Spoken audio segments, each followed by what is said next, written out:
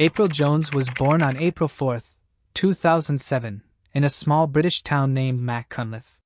It was a calm, quiet place with a population of just over 2,000 residents, situated far away from any large cities. April was the youngest in her family, having an older brother and sister. She enjoyed spending time with her friends, riding her beloved pink bicycle through the streets of her town, and swimming. In 2012, when she turned 5, April began attending primary school. She quickly became known as a bright and determined pupil, and her teachers adored her. She was also very outgoing, easily making friends with other children almost right away. On October 1, 2012, April went to her swimming class at a local sports center while her parents attended a school meeting. Afterward, she invited her friend over, and her parents gave them a ride home. The two girls sat together watching a cartoon, and around 7 p.m., April wanted to go outside for a walk. At first, her mother was reluctant since it was already beginning to get dark, but April still managed to persuade her. She had done well at school the day before, so as a reward, her mother eventually agreed to let her go. She only reminded the girls not to go too far from the house, and with that April grabbed her bicycle and left. About 20 minutes later, April's mother stepped outside to call her back, but she was nowhere to be found. Panic struck immediately. She began searching the nearby streets, hoping she might catch sight of her daughter. Their neighborhood was on the edge of town, a small residential section with several apartment buildings. She walked around, checking behind the buildings, but there was no trace of April. Finally, she spotted April's friend and hurried over to ask if she had seen her, and the friend's response sent chills through her. The girl explained that a car had stopped beside them. April spoke to the driver, climbed inside, and they simply drove off. Upon hearing this, April's mother went into complete panic and instantly phoned the police. Within minutes, officers arrived at their house and first questioned April's friend. She described the car as a gray van and said the driver was a man with dark hair and a beard, dressed in a green jacket and sweatpants. She had gotten a clear view of him because he actually stepped out of the van and helped April get inside. Her mother later explained that April suffered from cerebral palsy, which made it hard for her to get into a vehicle by herself. April's friend also added something that felt a little unusual. She stated that April had entered the van from the driver's side. Immediately, the police realized this likely indicated that the vehicle had a left-hand drive. That was significant because in the UK, most vehicles have the steering wheel on the right-hand side. April's friend had simply assumed she was climbing into the driver's seat, but in reality, she was most likely entering the van from the passenger side. Understanding that April had almost certainly been abducted, the police immediately requested backup and declared it a critical incident.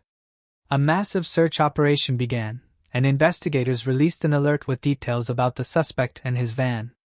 News of April's disappearance spread rapidly, first throughout the neighborhood and then far beyond. Dozens of people gathered outside her home, eager to assist in the search. However, at that stage, the crowd actually made things more difficult for police officers, who needed to go door to door questioning each resident. Meanwhile, people began sharing the news online, which drew even more volunteers to the area. As the night went on, hundreds of individuals joined the search, combing the streets alongside law enforcement. The situation was so urgent that even the local waste collection service stopped operating because every single worker left their duties to help search for April. Soon, the case reached national headlines, news outlets reported on the story, and the police made a public appeal, asking anyone with information to step forward. They released April's photo and a description of the suspect, and soon afterward, tips began pouring in. Sadly, despite the enormous effort, the search yielded nothing. Within the first few hours, the entire town had been combed, yet there was no sign of April. The next step was to search the surrounding forests and fields, but that was easier said than done. By then, it was completely dark outside, and rain had begun to fall. The terrain surrounding the town was rough and difficult to navigate, and officers realized they would not be able to cover much ground overnight. Still, they refused to stop. The search continued into the morning, and as the sun rose, even more volunteers joined. Some had traveled from neighboring towns just to help. Meanwhile, the police widened their efforts, posting missing person alerts on billboards outside the city in hopes of gathering any lead at all. As news of the case spread across the country, the police were inundated with calls, though most of the tips led nowhere. Still, that same morning, one particular name kept being mentioned, brought up by several callers. It was a local man, 46-year-old Mark Bridger. He quickly became a person of interest for multiple reasons. First, he matched the description of the suspect. Second, he was one of the few people in town who owned a left-hand drive vehicle. But the most concerning detail was that someone had reported seeing Bridger's car near April's neighborhood right around the time she vanished. When police began looking into Mark Bridger's background, they uncovered a lengthy criminal record, though most of his offenses were minor to moderate. He had been arrested multiple times for assault, theft, and other crimes such as driving without a license. Detectives began tracking him down and located several addresses where he might be staying. Officers were dispatched to each one simultaneously, but Bridger and his car were missing. Then, only minutes later, detectives got a break. A police helicopter spotted him walking his dog not far from his home. What stood out most was his behavior. The helicopter had been circling for nearly half an hour, yet he never looked up, not even once. Shortly after, a police officer approached Bridger and asked him to identify himself. He gave his name and immediately added, "I know what this is about." The officer then asked the one question everyone wanted answered: where was April? Bridger replied, "It was an accident. I hit her with my car." Immediately after that, he was arrested and taken to the station. During the drive, he kept talking even though the officer did not ask further questions. He claimed he had no idea where April was because he had blacked out. According to him, after accidentally striking her with his vehicle, she was unresponsive. In a panic, he placed her in his car and attempted to perform first aid, but nothing worked. Then, he claimed everything went blank for several hours, and by the time he came to, April's body was gone. Bridger insisted that upon realizing what had occurred, he had spent the entire night searching for her, wandering through forests and fields. He also said that he only discovered who April was that morning when he saw the news reports about her disappearance on television. Naturally, detectives did not believe Bridger's story, as there were far too many contradictions. First, there was April's friend, who had witnessed everything. She clearly remembered April speaking to the driver and getting into the van with his help, fully conscious. But Bridger maintained that he had struck her with his car and placed her inside while she was unconscious. His account simply did not align with the eyewitness testimony. Then there was his claim of a memory blackout. It already seemed far-fetched, but it became even more suspicious when police uncovered something else. Shortly after April disappeared, Bridger had shaved off his hair and beard. It looked like an obvious attempt to alter his appearance and avoid recognition. Despite this, Bridger continued sticking to his story. When detectives pointed out the inconsistencies, he changed it slightly, now claiming he had been very drunk that day, which in theory might explain his supposed memory loss. He also insisted that although he could not remember where he had placed April's body, he was certain she was dead and in a safe place. No matter how hard investigators pressed, they could not get the truth from him. So, their focus shifted to his house. As soon as they entered, they were struck by the strong smell of cleaning supplies. The house was also uncomfortably warm. That was when they noticed the wood-burning stove in the living room, which had clearly been running for hours. Forensic teams gathered the ashes and sent them for analysis. Aside from that, there were no obvious clues. No sign of April, no belongings, nothing. However, upon closer examination, traces of blood were discovered, and lab tests later confirmed it was April's. Investigators then turned to Bridger's car. If his account were true, that he had accidentally struck April with his vehicle, there should have been evidence to support it. But there was none. There was no blood in the vehicle, no external damage, nothing to suggest an accident had happened. Once again, his story did not hold up. Then came the results from the fireplace ashes. Forensic experts found 17 fragments of human bone, all belonging to April. Another fragment was discovered in the bathroom drain. This confirmed the devastating reality: April was no longer alive. However, detectives did not believe Bridger had succeeded in completely destroying her remains. It was far more likely that he had hidden what was left elsewhere. So despite the grim findings, police pressed on with the search, determined to locate whatever remained. The news that April was most likely dead sent shockwaves through the community. Up until then, people had clung to hope that she would be found alive. Now, the focus of the search shifted. Hundreds of volunteers and officers were no longer looking for a missing child, but for her remains, so her family could give her a proper burial. By this point, the operation had grown into something enormous. In fact, it would later be remembered as the largest search in the country's modern history. Alongside local volunteers, hundreds of professionals from different emergency services took part. They combed through the toughest terrains, rivers, forests, lakes, determined to find any trace of April. Meanwhile, detectives kept gathering evidence linking Bridger to the crime. When they searched his computer, they found extremely disturbing material. It contained illegal content involving minors. Even worse, he had stored images of victims from other high-profile cases. Additionally, dozens of photos of local children from their own town were found, including April and her older sister. It appeared that he had been downloading their pictures from social media. Then, investigators made an even more unsettling discovery. April's older sister revealed that only a few months before the abduction, Bridger had sent her a friend request on social media. She had told their father, who immediately recognized the name. He had known Bridger back in the early 1990s but had lost contact with him. The request seemed suspicious. Why would Bridger, an adult man, want to connect with his teenage daughter? Trusting his instincts, he told her not to accept. It is also worth noting that Bridger was a father himself.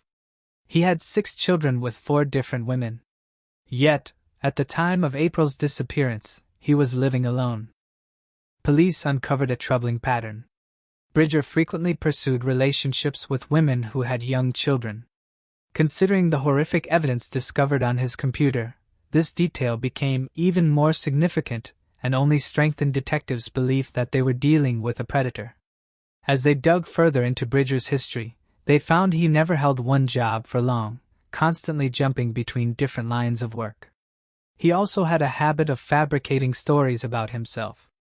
To some, he claimed he had served in the military and even had to change his identity for security reasons, but this was a complete lie. Strangely, he repeated this claim during police interrogations. He insisted that he had served his country, that he was a good man, and that he would never intentionally do something like this. Between those claims and his strange explanations regarding April's death, detectives began realizing they were probably dealing with a pathological liar.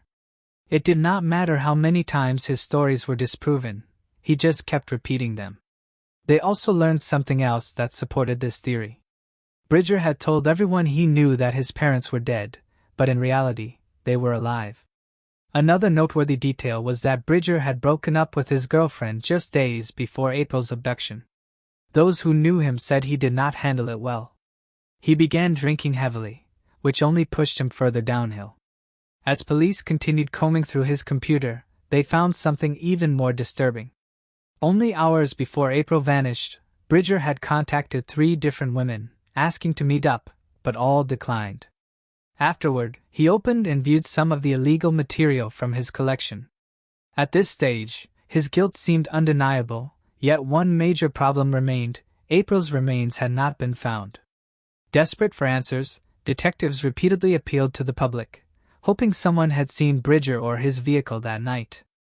Any small clue might help them retrace his steps and finally learn what he had done with April's body. Eventually, a witness came forward with an interesting lead. He said he had seen Bridger the morning after April's abduction, around 9 a.m., walking along the riverbank carrying a black bag. Investigators also discovered that soon afterward, Bridger had taken his car to a repair shop. The mechanics remembered him clearly because he had been behaving strangely. By that point, the entire town was aware of April's disappearance, and emotions were intense. Yet Bridger spoke about the case as though he were a grieving parent. He appeared on the verge of tears, talking as if the missing girl was his own child. His reaction stood out to the workers. It was overly emotional, almost theatrical, and something about it felt off. Following this lead, search teams concentrated their efforts along the river, hoping to find some trace of April. But no matter how carefully they combed the area, they found nothing. Realizing that April's body might never be recovered, detectives made a difficult choice. They charged Bridger with murder, relying on the overwhelming evidence already in hand. With April's blood discovered inside his home, police pieced together their theory of events. They believed Bridger lured April into his vehicle under some pretense, then brought her back to his house, committed essay, and killed her. Afterward, he began disposing of her body. Investigators learned that Bridger had once worked in a slaughterhouse. They suspected he may have used those skills to dismember her before burning parts of her remains in the fireplace. But forensic specialists agreed it was impossible for him to have destroyed everything, which meant some of her remains had likely been hidden elsewhere. As the case advanced, Bridger was jailed awaiting trial, which was scheduled for a few months later. Meanwhile, search teams had no intention of stopping. Even as the weather worsened and leads ran dry, they pressed on, determined to locate April's remains. The prosecution was confident a conviction could be secured even without a body, but the search continued nonetheless. Altogether, search teams scoured 60 square kilometers, about 37 square miles, of land, covering every possible location where April's remains could have been hidden, but they found nothing. In the end, April's parents had no choice but to bury only the small fragments recovered from Bridger's home. To honor her, they also placed some of her belongings inside the coffin. Hundreds of mourners attended the funeral, many traveling from other towns simply to say goodbye. Over the course of the search, April had become like family to the entire community, and now they had to let her go. In January 2013, 3 months after April's murder, Bridger appeared before the judge and pleaded not guilty to murder, while at the same time admitting he was likely responsible for her death. During the trial, he clung to his story, claiming he had accidentally run over April with his vehicle, despite overwhelming evidence proving otherwise. He also maintained that he could not recall where he had hidden her remains. Still, Bridger continued portraying himself as a good man, insisting he had only wanted to help April following the supposed accident. The trial lasted until late May, and ultimately, the jury found him guilty. He was sentenced to life in prison without the possibility of parole, a punishment considered rare in the UK. After sentencing, Bridger was transferred to a different prison, where another inmate attacked him. He was stabbed multiple times with a shank, but his injuries were not fatal. For years after the conviction, detectives continued reaching out to Bridger, hoping he might finally reveal where April's remains were. But he never did. He kept insisting he remembered nothing. Then, unexpectedly, police received a tip from another inmate. According to him, Bridger had confessed that he had dumped April's remains into the river near his home. Investigators, however, were not convinced. If a bag containing human remains had been thrown into the water, it would likely have resurfaced. And since search teams had thoroughly scanned the river for miles, it seemed highly unlikely that Bridger was being truthful. A year after his conviction, the local government purchased Bridger's house, and in November 2014, it was demolished. Hundreds of locals, including April's parents, gathered to watch as the house was torn down, the very place where she had been taken from them. In 2018, April's family faced another devastating ordeal. Her father became gravely ill and suffered partial memory loss. When he regained consciousness, he began asking his wife why April had not visited him in the hospital. And so, she had to break the news to him all over again, telling him their daughter was gone. In a cruel twist, he was forced to relive the agony of losing April a second time. As for the search for her remains, it has not resumed since 2013. Police have said they are willing to restart if new information surfaces, but so far there has been no progress. It has now been over 12 years since April was taken, and detectives admit that the chances of ever finding her are slim to none. If you found this case intriguing, make sure to like and subscribe. We upload new crime case videos every night. Stay tuned and brace yourself for what's coming next.